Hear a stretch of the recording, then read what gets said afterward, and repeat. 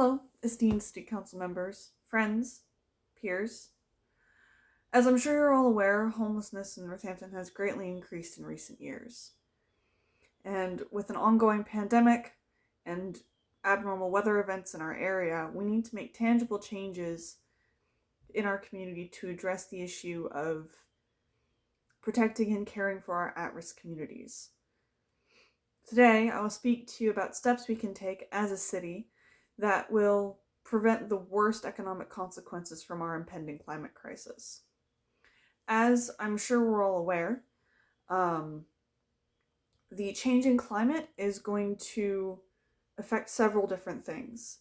The first of which is going to be abnormal weather events, including storms, hurricanes, nor'easters, any kind of strong weather that we may get in this area. Those weather events will in turn influence agricultural yields, so how much food we're actually able to produce. If our crops fail and we cannot feed our populace, the people who are going to be most affected by that are those in marginalized communities and in low-income housing. The second piece of the climate disaster that we're probably going to experience most aggressively is that of new and emergent diseases. As the polar ice caps melt, there are bacteria and viruses that were preserved in those that have not been active in our ecosystems for millennia, if not millions of years. Additionally, with climate change, we're also likely to see more new diseases evolving, which is what happened with our current pandemic with COVID-19. There are a couple of different things that we can do about this, and they're all admittedly fairly simple. The first is, in light of the protests this summer calling for a reduction in the police budget, it's my opinion that we can divert money from that budget to supporting our low-income communities.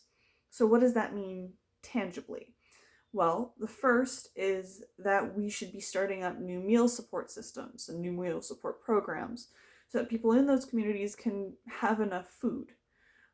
We are already seeing bread lines in Texas, along with various other states that have been hit with the coronavirus pandemic. And this is only going to get worse, and it will, beyond any shadow of a doubt, happen here too. It already is. The second thing that we can do with the money that we will divert from the police budget is we can develop a tiny house or several tiny house communities, settlements, on vacant lots within the area. This has been a tried and true solution for cities in Texas, and specifically in Eugene, Oregon, at Opportunity Village, which is a transitional housing development there. This has provided a way out for people who are very, very low income to get them off of the streets into housing and then into better jobs. With all of this, with increasing political and economic strife, it's very important that we take care of our at-risk communities, even more so with the impending climate crisis that we know we're going to have.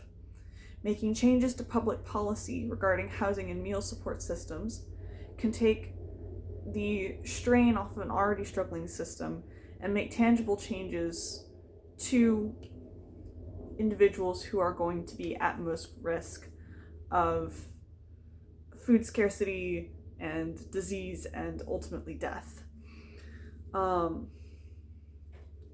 Doing both of these things will divert the worst of the economic impacts and consequences that we will see, definitely that we will see from the climate crisis that we know is on its way.